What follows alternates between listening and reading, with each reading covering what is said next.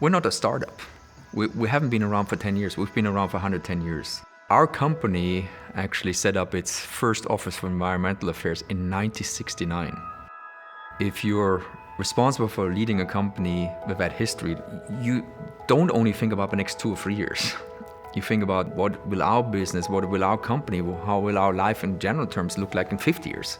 And you realize that if we don't do our part in shaping the environment around us, you risk your own future.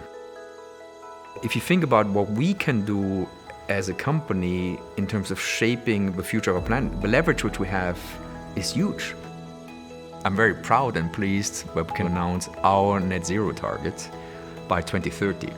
But maybe even more important is on how we aim to achieve it, and that is by absolutely minimizing the carbon emissions from our big industrial operations. So it's everything from making a factory more energy efficient, from lights to solar panels.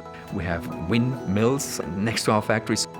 The vast majority of our companies basically have no landfill waste anymore. It's all either recycled or reused.